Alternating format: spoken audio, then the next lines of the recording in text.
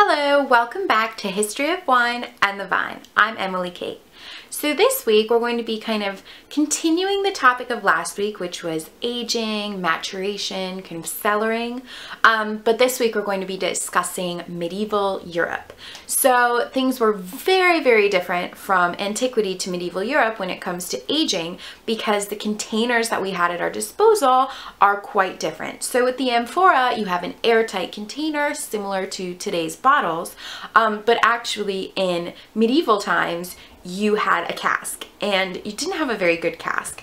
So it was very difficult to age wine, and as a result, people didn't age wine. They drank wine within maximum a year of it being made, and so this really influenced the tastes, because these casks weren't able to protect the wine.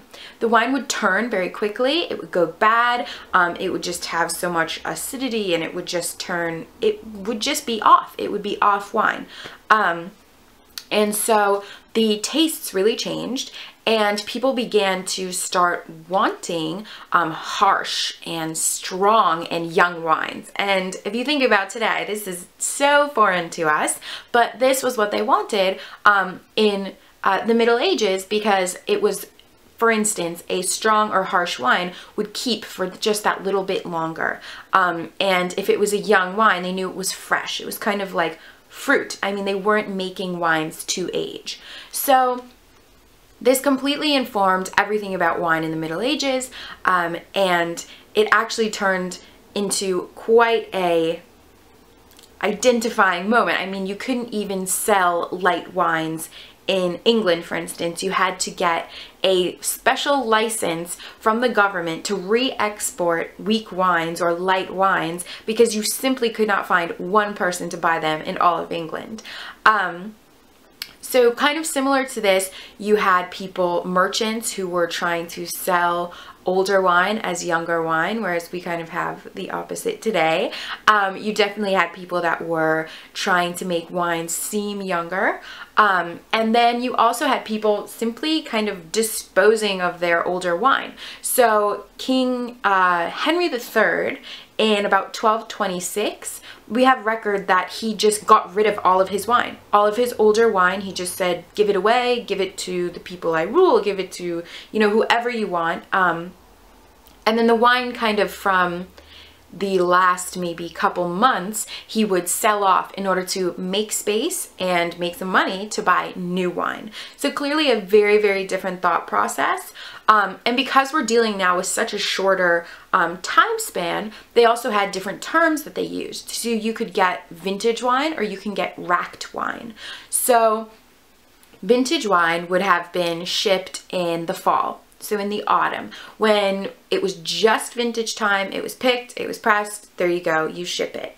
Then you had racked wine, which was known as being slightly better, because you would have the entire kind of winter, everything would be fermented properly, everything would be racked off, and this was just a glimpse at how defined these terms would be. We're talking in the span of 1 year, and how different it would be, and that this racked wine was seen as better, but you had to drink it right away, because then it would have been old wine and nobody would have wanted it.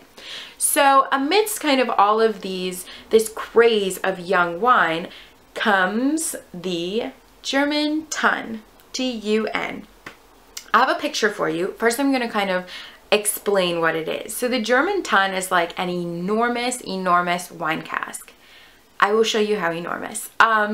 So it was definitely a very kind of jarring idea that when everybody's trying to sell old wine as young and throw out all of their old wine, for somebody to then go and advertise their wine as Old Rhenish, that was the wine, was crazy, because nobody wanted it at first. But see, the thing is, Germany is way at the northern boundary of where kind of grapes can be grown and wine can be made. So they didn't necessarily have that luxury like they did in the South of just quantity. So they wanted to work on quality. Because of that, and because of the highly acidic nature of the grapes, they wanted to see if they could age things. And so they kind of predated Pasteur a little bit in understanding that if you had an enormous tun, like an enormous cask, so to speak, that the amount of wine proportional to the amount of wine total that would have been touching the air, or, you know, the air that would have gotten through the cask, was going to be so small that you could actually age the wine.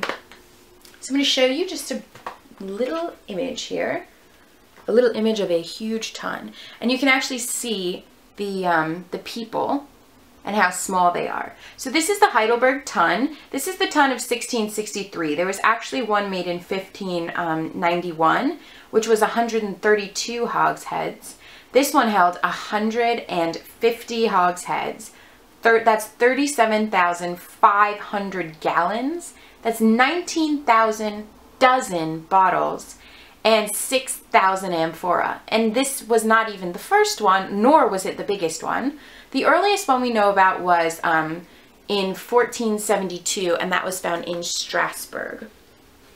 So clearly these were enormous. You see how small the people look compared to them. And this was kind of the beginning of bringing back old wine and bringing back aging and maturation to wine.